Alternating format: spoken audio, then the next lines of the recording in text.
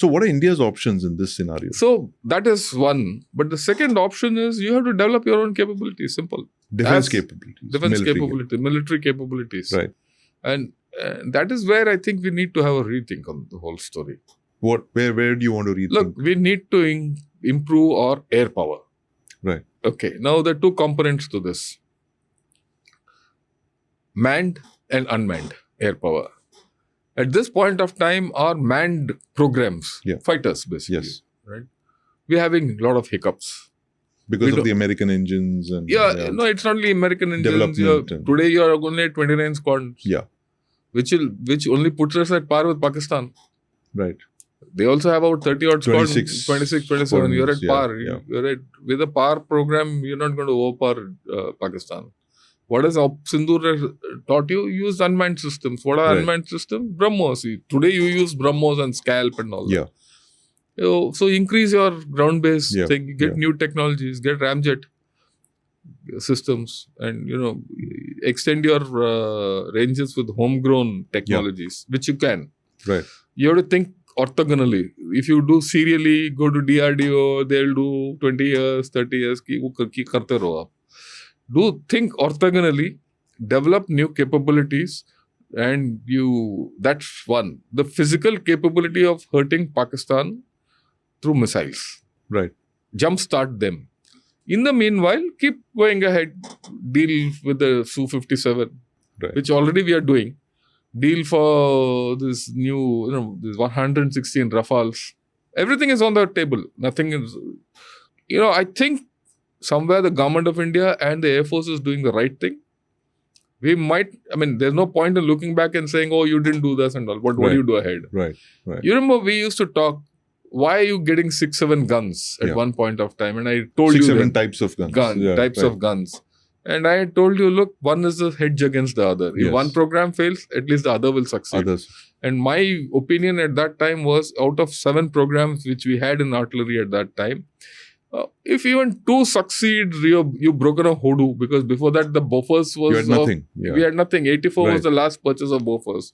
Suddenly from 2015 to now, 10 years, you had 7 guns entering the service. Right?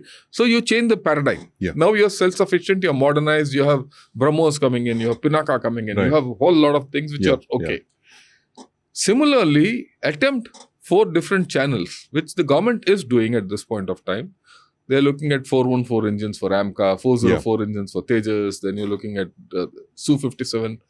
I believe the Russians are coming in and inspecting the MiG factory. Then you're looking at Rafale. You're already looking at the Rafales for the naval version. All this. So somewhere, even if you get 2 programs going, you are up. But that will take 8 to 10 years. What do you do in the interim? Missiles. Missiles and drones. Missiles and drones. I have a question, General Shankar. We've been talking about how the Russians have been acquiring the Geran. The Iranians have the Shahid 136. Even the Americans have adopted that same identical technology. They're calling it the Lucas, I think, low-cost unmanned systems. Why don't we have a Geran or a Lucas kind prototype analog in Indian service? And why are we not building it in thousands?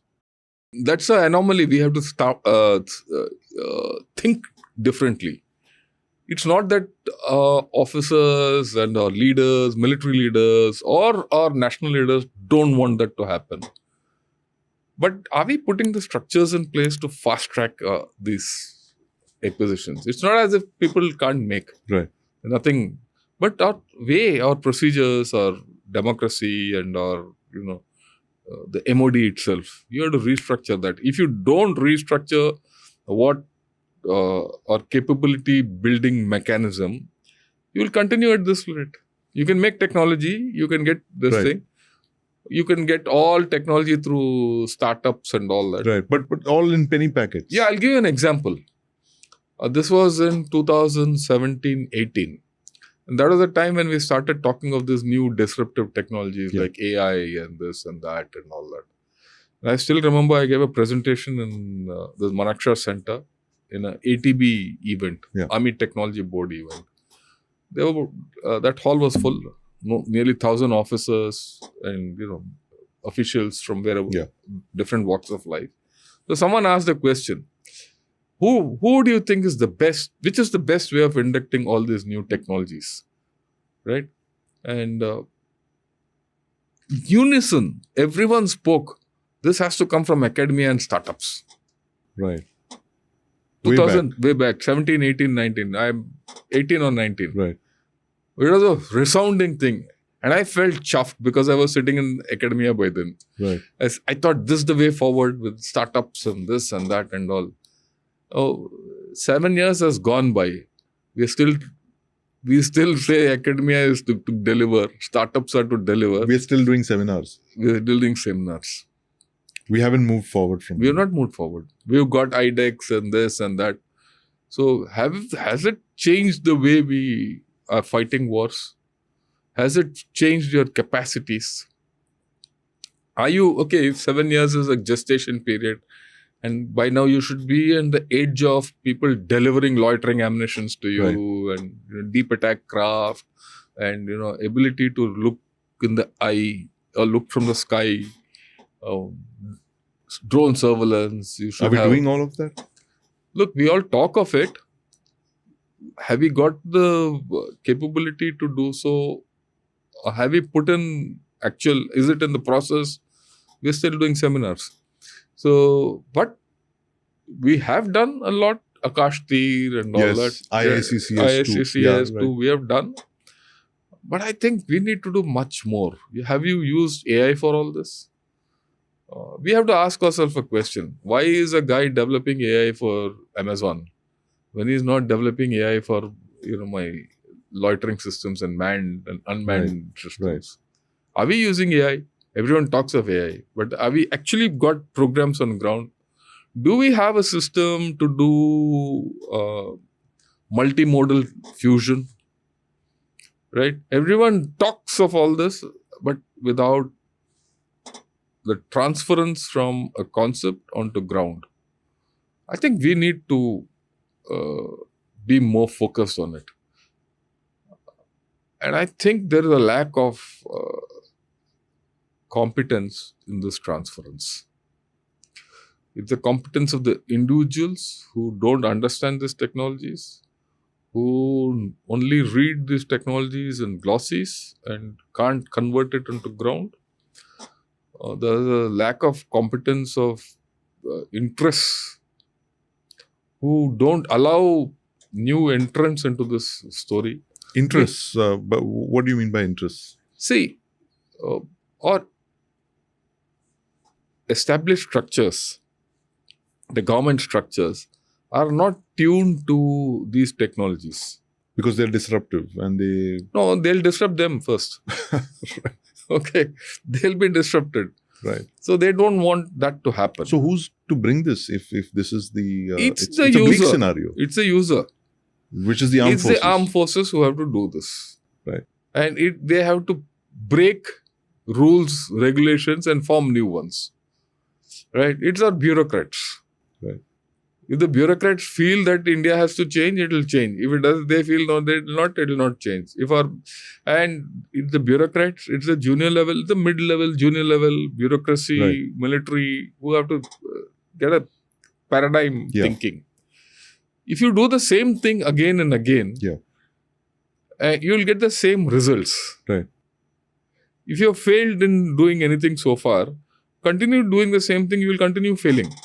So I started by giving this T20 analogy. We often invoke that, given how quickly events are changing in the world around us.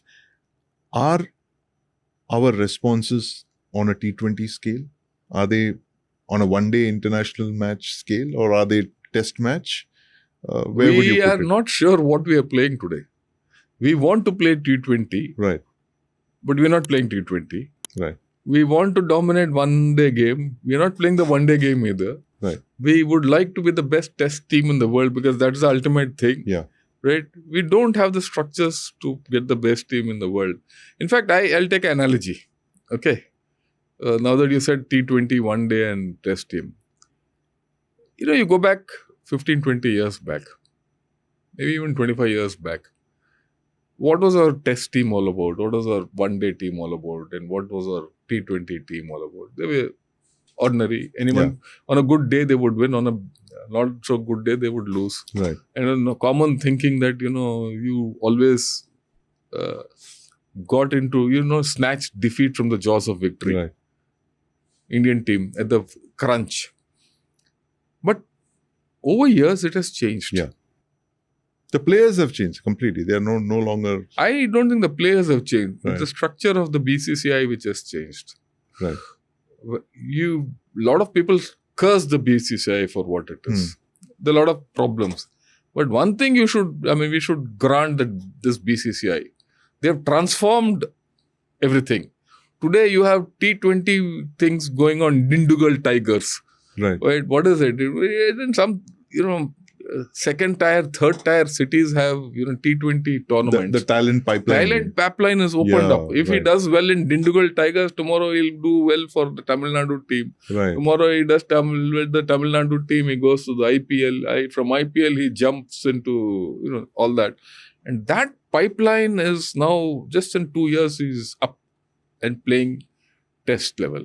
So, to give an analogy, to use that cricketing analogy for the defense ministry and the military of India, what would be the comparison here? You need to have startups coming with solutions. Right. And you need to have, these startups going to battalions and units. Don't you already have that happening? We don't have that in enough quantity. Right. They have to sit and innovate there and give solutions there. Right. Very simple. Take a gun. Yeah. It needs cleaning, maintenance, that, and running the unit. It needs, a lot of technology in. It has some technology. It needs more. Why wait for someone to give anything? So you put a young guy on an internship out there. Right. Tell him, okay, with the unit CO, come out with something which is better for your unit. Right. Let him produce it. Whatever. It might be a simple thing, small thing. It might be 3 small things. Yeah. And get another guy to integrate it. 4 youngsters going and, it might be just, automating your cooking. Right. Get technology in, right? And enable that CEO to spend some money to get these small technologies in. Right. Through a program. One good breakthrough can be adopted in a brigade and take it up. Right. So you have to have mechanisms to do this. To embed startups into and then the thinking. And then the units start thinking. And, use the innovativeness of our men. We think technology is so great and all, and, our men are not technically qualified. I'm completely against this thinking. Think back, 1984, Bofors gun. When it came, it was the most advanced technology of that era. Yes. It was handled by our Jawans, who are considered to have, 2 right feet and 2 left hands. Right. With no technology in between. We did so well with that gun, and we fought Pakistan and defeated them in Kargil. Right. So our men are very good at it. We don't understand this capability. We are not tapping it. Why? Because making technology doesn't go to them. Right. Another, example I'll give you. When the Dhanush was being made, I gave one detachment of us from a Bofors unit to OFB and the guys who were making Dhanush. So a time came when that unit went off and these boys had to be moved out. I had to get another system. A lot of boys there. And so I gave orders to withdraw that detachment. Immediately the guy who was designing and making that gun came running to me. He said, no, please don't shift these boys. I said, why?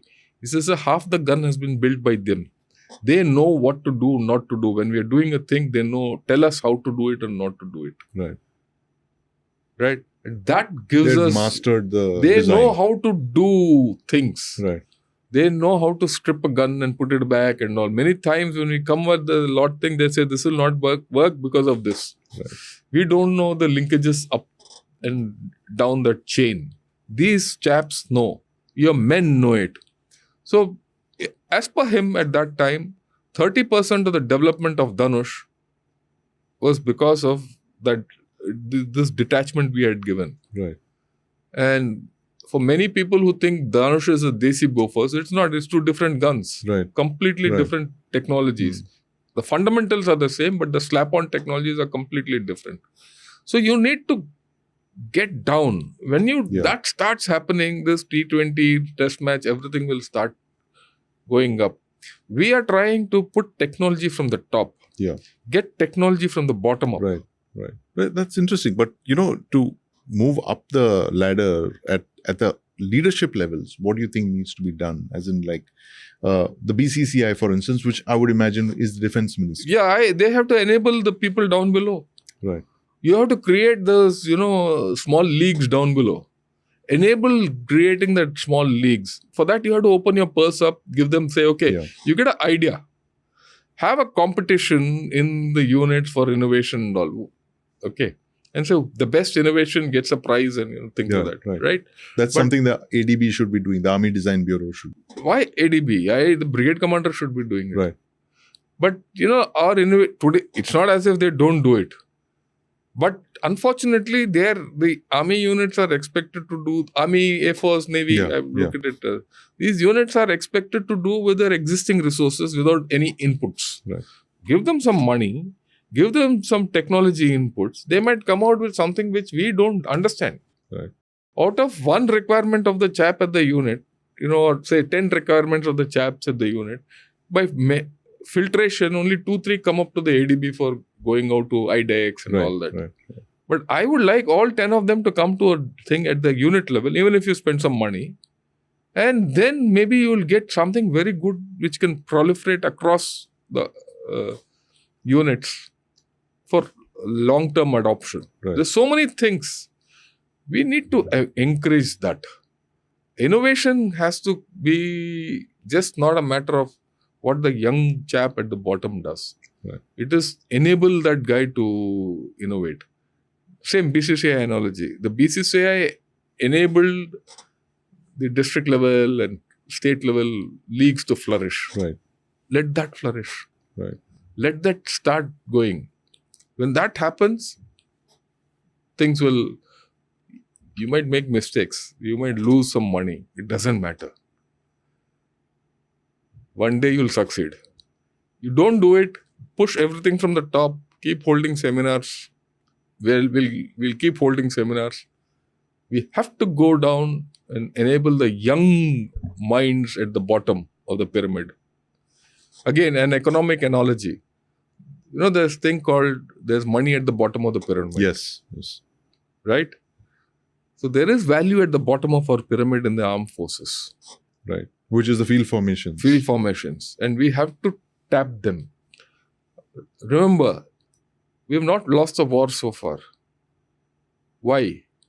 Our men have innovated, our lower commanders have innovated and fought with what they have so well. If they can fight so well, why can't they innovate so well? Right.